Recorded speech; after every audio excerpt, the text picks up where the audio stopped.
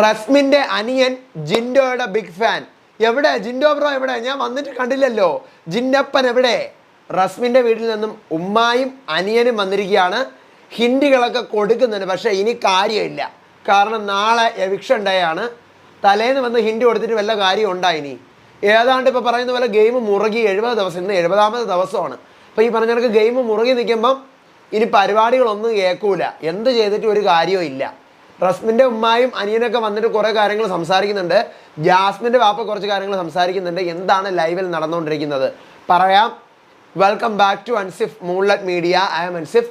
Video ആദ്യമായിട്ട് കാണുന്നവർ channel subscribe ചെയ്യണം, ലൈക്ക് ചെയ്യണം, ഷെയർ ചെയ്യണം, കമൻറ്റ് ചെയ്യണം. അങ്ങനെ ഫ്രീസിങ് ടാസ്ക് ഇന്ന് രാവിലത്തെ മോർണിംഗ് ആക്ടിവിറ്റി ആയിട്ട് എല്ലാവർക്കും കൊടുക്കുന്നത് റസ്മിന് ഒരു സ്പെഷ്യൽ പവർ കൊടുക്കുകയാണ്. വീട്ടിലുള്ള ഓരോരുത്തരെയും റസ്മിന് ഇഷ്ടമുള്ള സമയത്ത് സ്റ്റാച്ചു ആക്കാം. അതായത് റസ്മിൻ സ്റ്റാച്ചു എന്ന് പറയുമ്പോഴത്തേക്കും അവരെന്തായിരിക്കണം? സ്റ്റാച്ചു ആയിരിക്കണം. സ്റ്റാച്ചു ആയിട്ട് മാറിയിട്ട് അനങ്ങാൻ പാടില്ല. അപ്പോൾ ഇങ്ങനെ റസ്മിൻ ആ ടാസ്ക് കൊടുക്കുന്നു. അപ്പോൾ റസ്മിൻ ഓരോരുത്തർ വിധം അഭിഷേക് സ്റ്റാച്ചു, അർജുൻ സ്റ്റാച്ചു എന്നൊക്കെ പറഞ്ഞുകൊണ്ട് നല്ല ഇൻട്രസ്റ്റിംഗ് ആയിട്ട് പോയിക്കൊണ്ടിരിക്കുന്ന സമയത്താണ് ബിഗ് ബോസ് റസ്മിൻ സ്റ്റാച്ചു എന്ന് പറയാണ്. അങ്ങനെ റസ്മിൻ സ്റ്റാച്ചു ആവുന്നു. അപ്പോഴാണ് ബിഗ് ബോസ് പാട്ടിടുന്നു. മഞ്ഞു മഴക്കാറ്റ് കുഞ്ഞുമൂളം കൂട്ട് രണ്ടിലും പൈങ്കിളി. എനിക്ക് വയ്യതുണ്ടോ? എനിക്ക് വയ്യ. അപ്പം അങ്ങനെ പാട്ടിടുമ്പോഴത്തേക്കും റസ്മിൻ്റെ ഫാമിലി എൻട്രി ചെയ്യാണ്. പക്ഷേ റസ്മിൻ സ്റ്റാച്ചു ആണ്. അപ്പോൾ റസ്മിനെ പൊക്കി എടുത്തുകൊണ്ട് നമ്മുടെ വീട്ടുകാരെല്ലാം കൂടെ കൊണ്ട് നമ്മുടെ റസ്മിൻ്റെ ഫാമിലിയുടെ ഫ്രണ്ടിൽ കൊണ്ട് നിർത്തുവാണ്. അപ്പോഴാണ് റസ്മിൻ സ്റ്റാച്ചു ആണ്, അനങ്ങാൻ പാടില്ല. അപ്പം വീട്ടുകാരടുത്ത് പറയുന്നു റസ്മിൻ സ്റ്റാച്ചു ആണെന്ന്. ബാക്കിയുള്ള വീട്ടുകാരെല്ലാവരും പറഞ്ഞു റസ്മിൻ സ്റ്റാച്ചു. പക്ഷേ റസ്മിൻ പോകുന്നു, ഉമ്മായെ കെട്ടിപ്പിടിക്കുന്നു, നേരെ വീടിനകത്ത് കയറുന്നു. വന്ന ഉടനെ തന്നെ റസ്മിൻ്റെ അനിയൻ എവിടെ? ജിൻഡോ ബ്രോ എവിടെ? ജിൻഡോ ബ്രോ എവിടെ? ജിൻഡോ കുളിക്കാൻ പോയിരിക്കുകയാണ്. നേരെ പവർ റൂമിൽ കൊണ്ടുപോകുന്നു. റസ്മിൻ്റെ അനിയൻ പൊളിയട്ടെ കാര്യങ്ങൾ പറഞ്ഞു കൊടുക്കുന്നുണ്ട്, ഉമ്മ കാര്യങ്ങൾ പറഞ്ഞു കൊടുക്കുന്നുണ്ട്. തുണിയെക്കുറിച്ച് അവിടെ സംസാര വിഷയമാവുന്നു. അതായത് റസ്മിൻ ഇടുന്ന തുണികൾ അത് വളരെ മോശമാണ്, അതുകൊണ്ട് വേറെ തുണികൾ കൊടുത്തു വെച്ചിട്ടുണ്ട്, അതിടണം എന്നുള്ള ലെവലിൽ റസ്മിൻ്റെ ഉമ്മ സംസാരിച്ചു.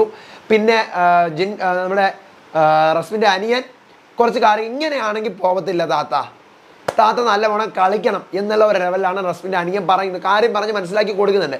പക്ഷേ ഈ പറഞ്ഞ പോലെ അനിയൻ പറയുന്ന കാര്യമൊക്കെ റസ്മിൻ ഉൾക്കൊള്ളുന്നുണ്ട്. കളിക്കാൻ നോക്കും എന്നൊക്കെ പറയുമെങ്കിൽ ഇനി ഈ പറഞ്ഞ പോലെ എവിടെ സമയം എവിടെ ഇരിക്കുന്നത്? നാളെ എവിക്ഷൻ ഡേ ആണ്. അപ്പം മിക്കവാറും റസ്മിൻ തന്നെയായിരിക്കും നാളെ എവിക്റ്റ് ആവാൻ പോകുന്നത്. കാരണം ഇപ്പം നിൽക്കുന്ന ആ ഒരു ലിസ്റ്റിൽ വെച്ചിട്ട് റസ്മിൻ എവിക്റ്റ് ആവാനുള്ള സാധ്യതകൾ കാണുന്നുണ്ട്. അപ്പോൾ അതുകൊണ്ട് റസ്മിൻ തന്നെയായിരിക്കാം മോസ്റ്റ് പ്രോബബ്ലി എവിക്റ്റ് ആവുന്നത്. പിന്നെ ഉമ്മ ഈ പറഞ്ഞ പോലെ നീ ഇങ്ങനത്തെ വേഷം ധരിക്കണം, നിനക്ക് ഞാൻ വേറെ ഡ്രസ്സ് കൊടുത്തു വിട്ടിട്ടുണ്ടെന്ന് പറയുമ്പോൾ റസ്മിൻ പറയുന്നുണ്ട് എനിക്ക് ഉമ്മ കൊടുത്തു വിടുന്ന ഡ്രസ്സുകളൊക്കെ ഇടുമ്പോൾ ഞാനല്ലാതെയായിട്ട് മാറുകയാണ്, എൻ്റെ ഐഡൻറ്റിറ്റി പോവുകയാണ് എന്ന്. അപ്പോൾ എനിക്കത് മനസ്സിലാവുന്നില്ല എന്താണ് ഇവർ സംസാരിക്കുന്നത്. ഇനി ഈ സെക്ഷുവാലിറ്റി ബേസ് ചെയ്തിട്ടുള്ള എന്തെങ്കിലും കാര്യമാണോ എന്ന് അറിയില്ല. കാരണം ഈ റസ്മിൻ ഈ പറഞ്ഞ പോലെ മുമ്പ് ശ്രീധുവിൻ്റെ അടുത്ത് ക്രഷൊക്കെ പറഞ്ഞിരുന്നത് കൊണ്ട് ഉമ്മ എനിക്ക് മനസ്സിലായ ഒരു സംഭവം, റസ്മിൻ്റെ ഉമ്മ റസ്മിന് കൂടുതലും ലേഡീസ് ധരിക്കുന്ന നമ്മുടെ സാരി, ചുരിദാർ, ടോപ്പ് ഈ സാധനങ്ങളെല്ലാം ഇടാനായിട്ട് റസ്മിൻ്റെ പറയാണ്. ആ സാധനങ്ങളൊക്കെ കൊടുത്തു വിട്ടിട്ട് റസ്മിനാണെങ്കിൽ അങ്ങനത്തെ ഒന്നും വേണ്ട, എനിക്ക് ബനിയൻ, എനിക്ക് ടീഷർട്ടും പാൻസും. റസ്മിൻ ആ വീട്ടിൽ നിൽക്കുന്ന ടീഷർട്ട് പാൻസ്, ഷർട്ട് പാൻസ് ഇതൊക്കെ മതി, എനിക്ക് അതാണ് എൻ്റെ ഐഡൻറ്റിറ്റി, എനിക്ക് അങ്ങനെ നിൽക്കാനാണ്, എനിക്ക് ഞാനായിട്ട് നിൽക്കാനാണ് എന്നല്ലാണ് ഒരു ടോൺ ബോയ് ക്യാരക്ടർ കാണിക്കുകയാണ്. നമ്മൾ അവരുടെ സെക്ഷുവാലിറ്റിയെ ക്വസ്റ്റ്യൻ ചെയ്യാൻ പാടില്ല. ഒരു ടോൺ ബോയ് ക്യാരക്ടർ കാണിക്കുകയാണ്. അപ്പം ഉമ്മ പറയുന്നത് നീ ഇത് ധരിച്ചു നോക്കുക, അപ്പം നിനക്ക് ഇഷ്ടപ്പെടും. അപ്പോൾ റസ്മിൻ തിരിച്ച് പറയുന്നത് എനിക്കത് വേണ്ട, എനിക്ക് ഈ ഡ്രസ്സാണ് കംഫർട്ട്, ഉമ്മ അറിയുന്നത് ഞാൻ ഇടത്തില്ല, എനിക്ക് പറ്റത്തില്ല, എനിക്ക് ഞാനായിട്ട് നിൽക്കണം എന്നാണ് പറയുന്നത്. അപ്പം അതിനെ ചൊല്ലിയുള്ള സംസാരം.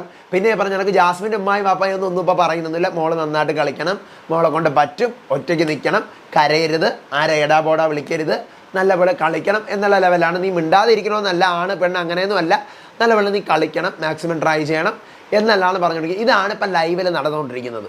വേറെ പ്രത്യേകിച്ച് കണ്ടന്റുകളോ കാര്യങ്ങളോ ഒന്നുമില്ല. എന്തായാലും ആ ഫ്രീസിങ് ടാസ്ക് കൊണ്ടുവന്നത് വളരെ ഉപകാരം.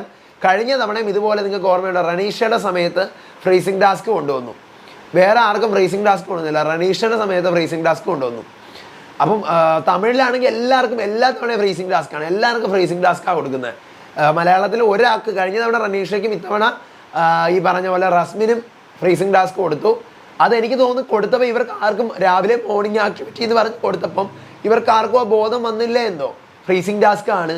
കാരണം ആരും പറയുന്നില്ല. പക്ഷെ അതൊക്കെ പറയുമ്പോൾ അവർക്ക് പോയിന്റ്, ബിഗ് ബോസിനെ കുറിച്ച് അവർക്ക് കൂടുതൽ അറിയാമെന്ന് പറഞ്ഞാൽ പോയിന്റ് സ്കോർ ചെയ്യാൻ പറ്റുന്ന അവസരങ്ങളാണ്. അതൊന്നും ആരും യൂസ് ചെയ്തില്ല.